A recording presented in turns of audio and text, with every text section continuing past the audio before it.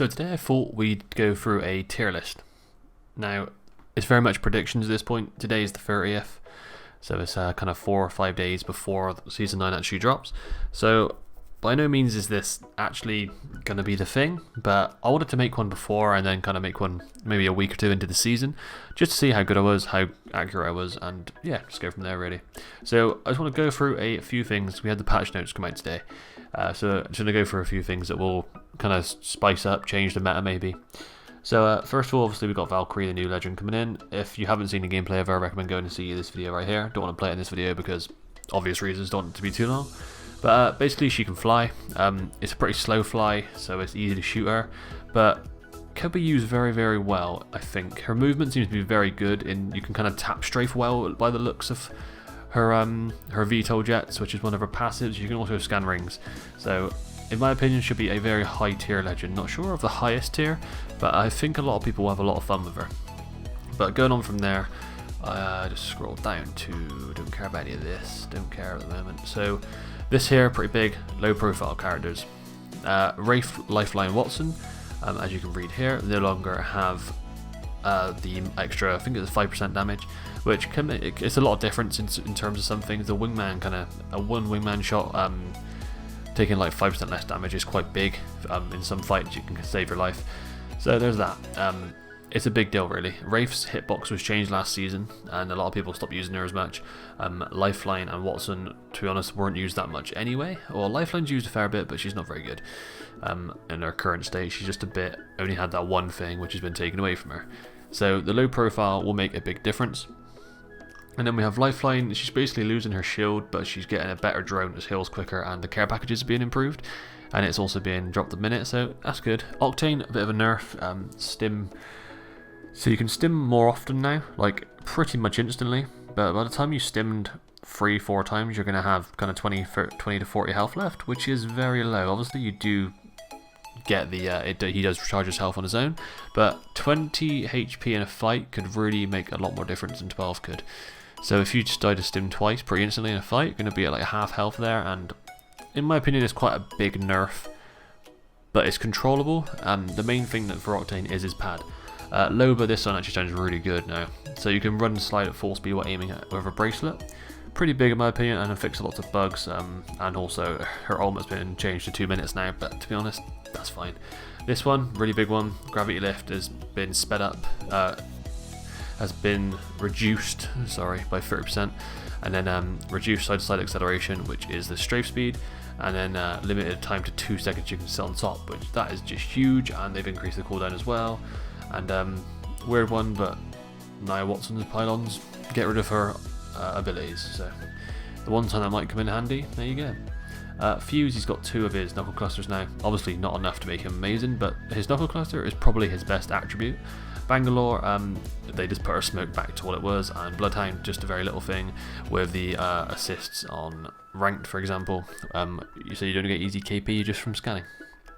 Crypto, his drone can now scan and open care packages, which is kind of cool. I won't lie, I've had a few instances where that's needed, so that's kind of cool, little thing. And can no longer hijack a respawn beacon that's already in use. I didn't actually know they could do that. So yeah, okay. So yeah, I just wanted to go over the patch notes just to kind of bring people up to date before I go through my prediction of tier list. So let's get into this.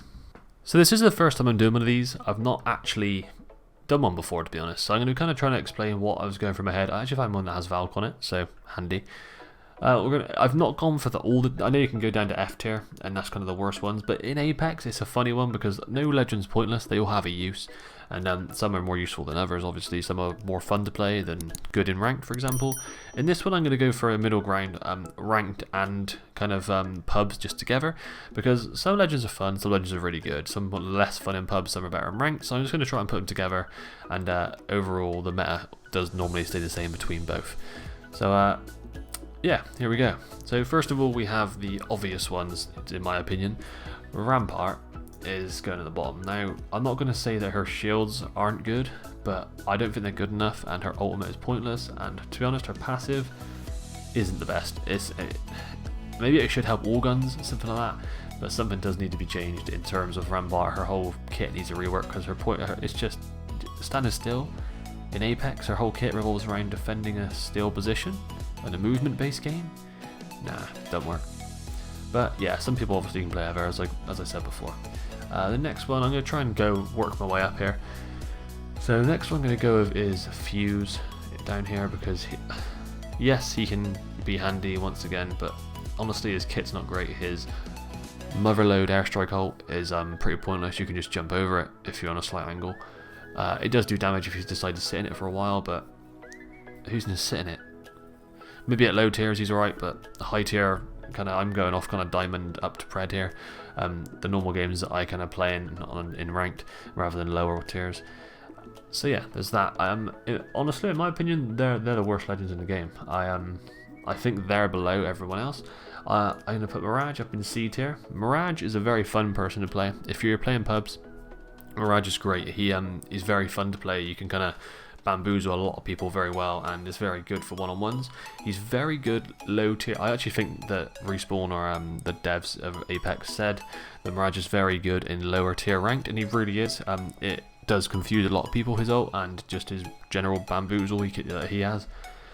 Also his resin ability is alright, and his reviving res beacons, he goes invisible as well. So he does have some cool abilities that are very fun, but in terms of overall ranked and high tier pub gameplays, he's not great. He's just alright, he's just okay, very fun to play, but yeah, that is where he's going for me. So next I'm going to go with... I'll go with Revenant.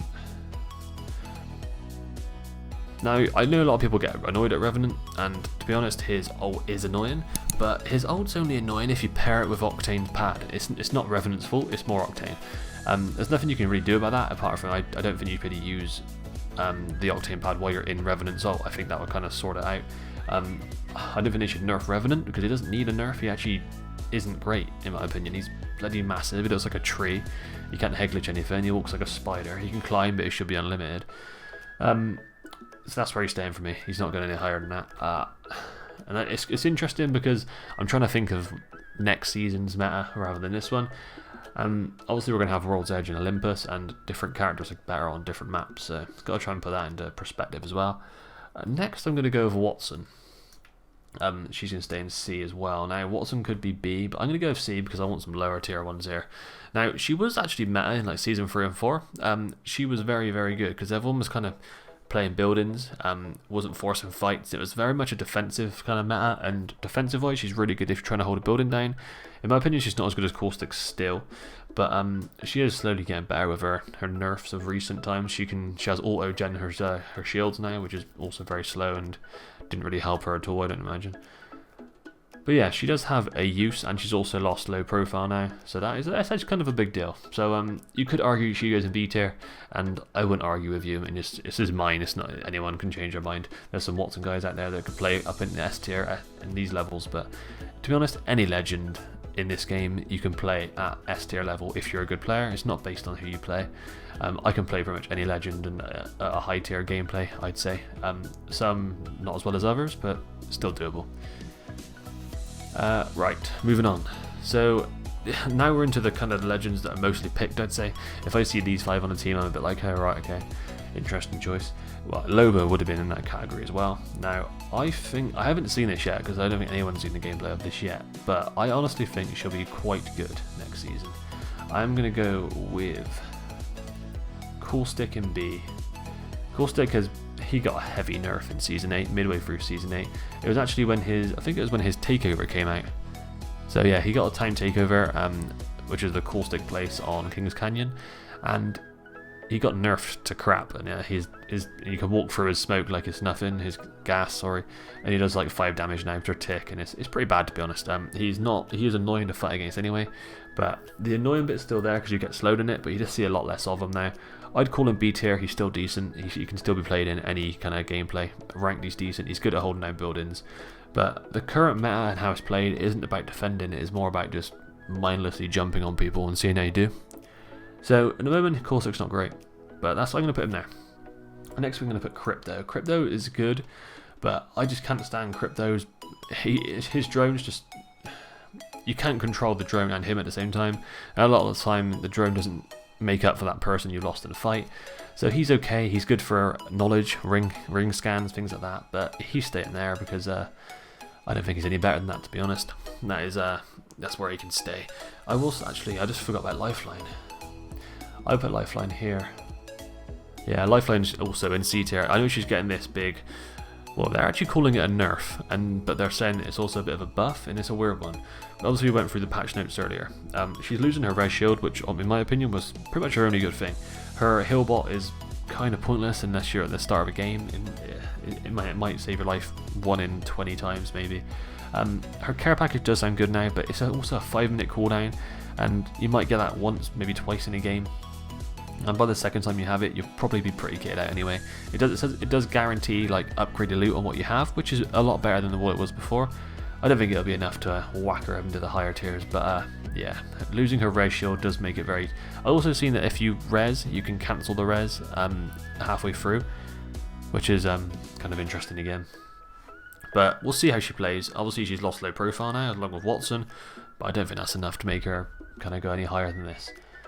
So now we're kind of getting into the ones that I think are pretty good. Now, Loba's going to be a really weird one this season. I'm going to put her.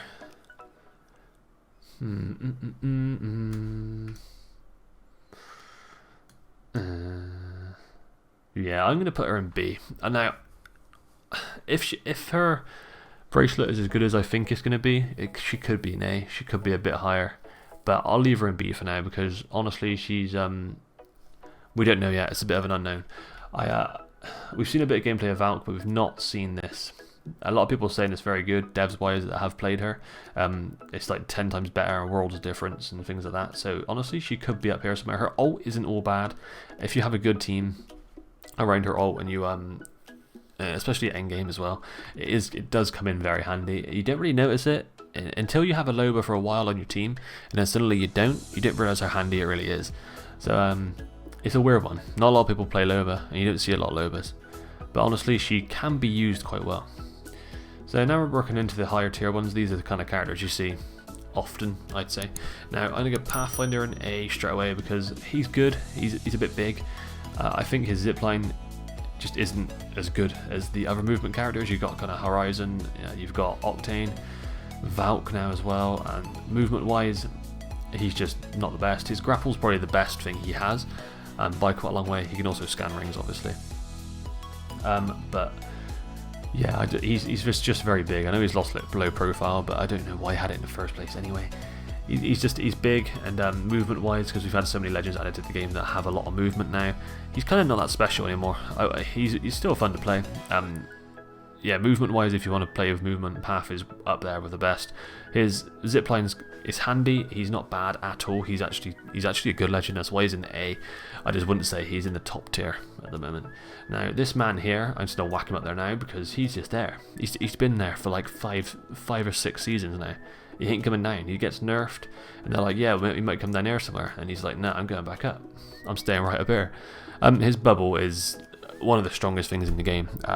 Probably the strongest thing in the game, because you can literally have 15 seconds of no, I'm not going to die, I'm not going to get shot, can't take any damage. It's very, very powerful, and in high tier kind of pred master lobbies, you will not see a team without a Gibby unless they're incredibly good. Like a lot of the like free stack pred people might just play movement, but Gibby is in 90% of the teams in high tier ranked, and even in tournaments now. So he's up there, he's staying there. Now it gets a bit interesting towards this bit. I'm going to put Bangalore in A. I think Bangalore's really good. I think she's got a lot more popular this season because Wraith kind of got a bit nerfed again with her hitbox, and Bangalore was kind of the next best thing. I also think Shiv helped that out a lot. Shiv obviously mains Bangalore, he has like 120, 130k kills of her. Pretty insane. But he's grown in popularity a lot, and I think Bang has with her, just kind of joined him on that journey. So Bang's up here now as well, and now we're left with these 5. Obviously I've not chosen Valk yet. I'm going to leave Valk for the end just because I want to. So next I'm going to go with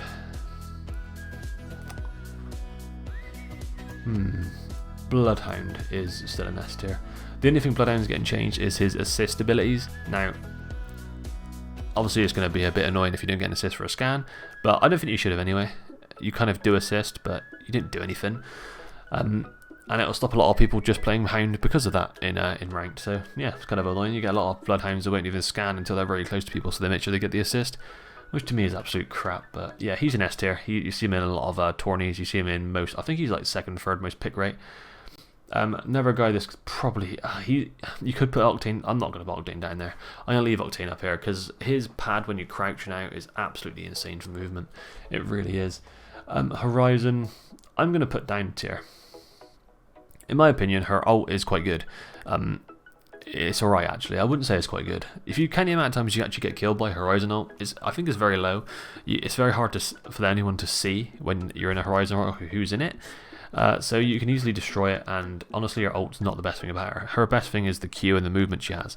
Her passive's really good with the boots that she can just like slide around when she drops. But I mean it probably does save people's lives. Just watch Timmy play with it. Yeah, it does save his life quite often. But the best thing's the Q. Sorry. Yeah, the Q that's been pretty heavily nerfed. You can't strafe it, you can't sit on top of it. They also nerfed a Spitfire, which kind of comes in a bit clutch with Horizon really, because them two things seem to come together this season a lot. But yeah, they've nerfed the crap out of her Q, which is easily her best thing. Her Q is her gravity lift, I think it's called. Yeah, you can't strafe as much in it, it's slower, cooldown's higher, you can't sit on top for more than 2 seconds. 2 seconds you can probably shoot a few bullets off, and but yeah, you're going to get kicked off it instead of being able to control it. So it's going to be interesting. Even a lot of people queue up with Horizon when they want to get out of a Gibby ult, and 2 seconds on top of it will mean that you'll probably drop down before the Gibby ult's over. So there's a lot of things that will change in terms of that. And also you have this new legend coming in. Now this here, I honestly think Valk will be up here, and along with Wraith this season. I think this is going to be the top tier legends this season. Horizon's good. I don't. You could do that actually. I'll stick with that. Maybe that. It's a hard one. I think Valk's going to be right up here. Now, if you've seen the gameplay, if you haven't, I'll try and put a bit of gameplay in here. This from videos that have come out today, but you have to see this. The gameplay of her. Her abilities are okay. Her flying speed's good. Her movement's going to be good. I mean, flying speed. Her movement's going to be good all round. She's not the biggest of characters by the looks of it. She can scan rings, so she's good for that as well. She's also got what's it called? One of her passives is when you fly down, you can see any other teams around you and where they land to, which is kind of like a Bloodhound scan almost, I guess, while you're in the air. So very, very good knowledge-wise, along with her beacons. And she also can fly a little bit, easily get out of things, as I showed you here. She's very fast. If you can play her well, I think she'll be very, very powerful.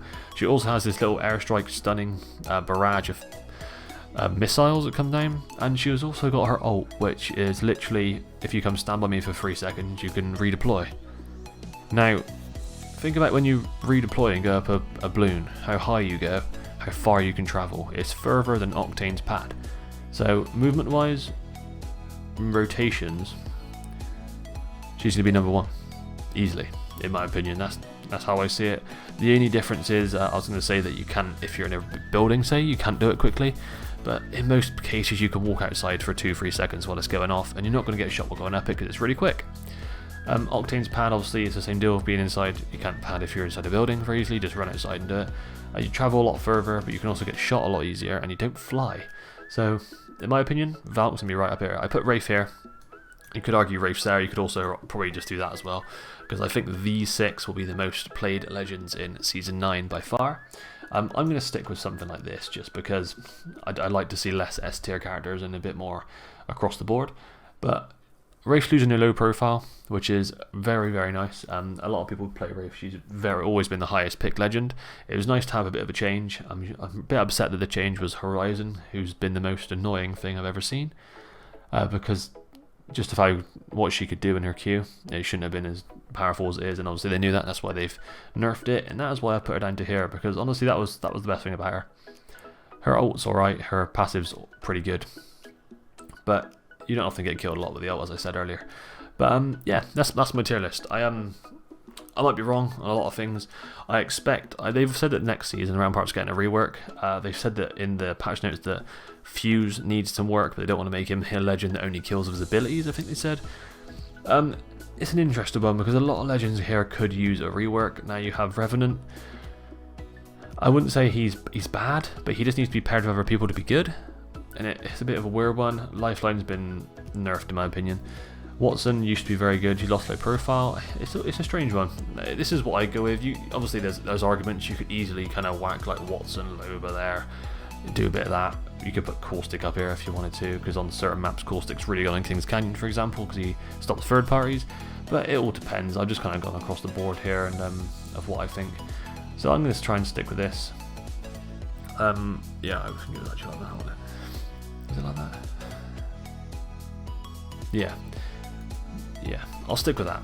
So that there is my tier list. Now, this video has actually gone a lot longer than I thought it would have. I kind of explained a lot about what I was going to say rather than, yeah, I just explained a lot more than I thought it would. But I don't think that's a bad thing. I know the video is long, so hopefully if you've stuck around this long, thank you for staying. Just a bit of insight and prediction of what I think is going to be going on next season, to be honest. I might come out with an extra video on this to see how I did, because I think this will be pretty close. I honestly think Valk will be right up here. So, yeah, we'll see about that. But obviously you've seen the gameplay in this video. If you haven't seen the whole gameplay trailer, a lot of people have done videos on it that are allowed to release today. I think the gaming merchant, if you search his channel, he's got like 400k subs. He done like a guide on tips and stuff on there, and you can see a lot of her gameplay and stuff from that video. So it's a very handy one. I recommend going and watch that if you do want to see some gameplay, because you see a lot of insight of what you can do with her, and he was kind of playing her for a few hours and he worked all this out. So yeah, it's an interesting video. But cheers guys, I hope you enjoyed the video. Let me know what you think of this tier list. I know I'm going to have some disagreements. Go for it, I love it. But cheers guys, thanks for watching. Subscribe, like, comment, do whatever you feel like, and peace out for now. Thanks for watching.